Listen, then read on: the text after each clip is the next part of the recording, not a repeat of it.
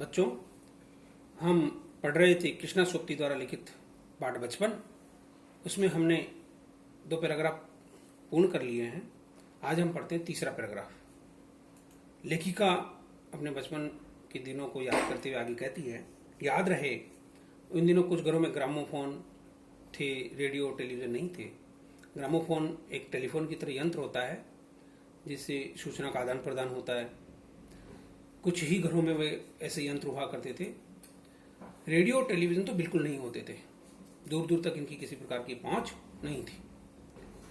हमारे बचपन की कुल्फी आइसक्रीम हो गई है, कचौड़ी, समोसा, पेटीज में बदल गया है।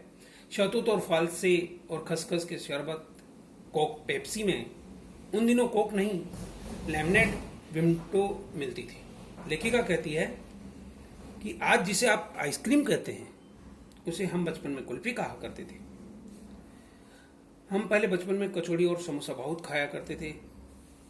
आज आप अपने समय में उसे पेटीज का नाम देकर खाते हैं, यानी कि आज पेटीज बहुत ज़्यादा उपयोग में ली जाती है।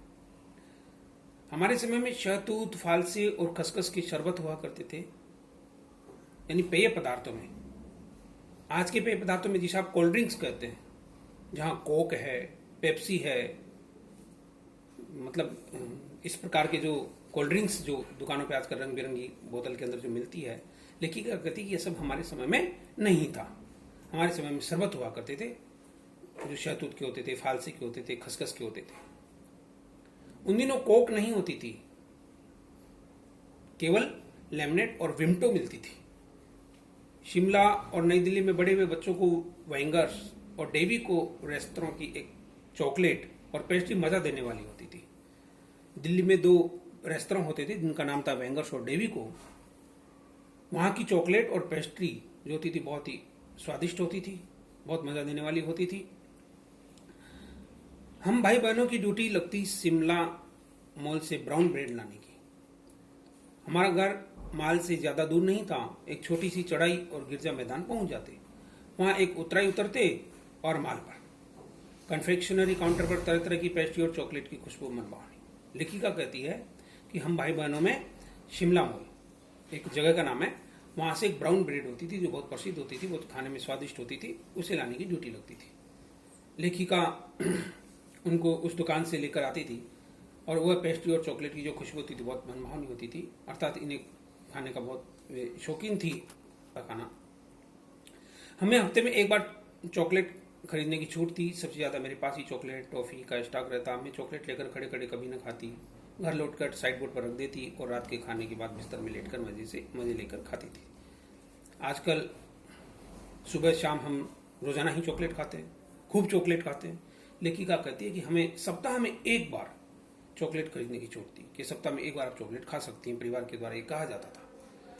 लेखिका कहती है कि सबसे ज्यादा मेरे पास ही चॉकलेट और टॉफी का स्टॉक रहता था, मतलब सबसे ज्यादा मैं इनको इकट्ठा करके रखती थी। लेखिका कहती है कि मैं दुकान पे जब भी चॉकलेट लेती थी तो मैं वहां पर खड़े खड़े कभी नहीं खाती थी, वो लौट कर आती थी और अपने घर में एक साइड में रख देती थी और रात को खाने के बाद बिस्तर में लेट कर वह उसे बड़े मजे से ले लेकर खाती थी। तो इस प्रकार लेखिका अपने खाने की बातों को यहाँ बता रही हैं कि वे किस किस प्रकार की खाने की शौकीन थी। शिमला के काफल भी बहुत याद आते हैं। काफल एक पहाड़ी क्षेत्र में मिलने वाला एक फल है। ये बड़े खट्टे मीठे होते हैं, कुछ एकदम लाल, कुछ गुलाबी, रसभरी, कसमत स्वाद होता है इनका। सोचकर ही मुंह में पानी भर आए।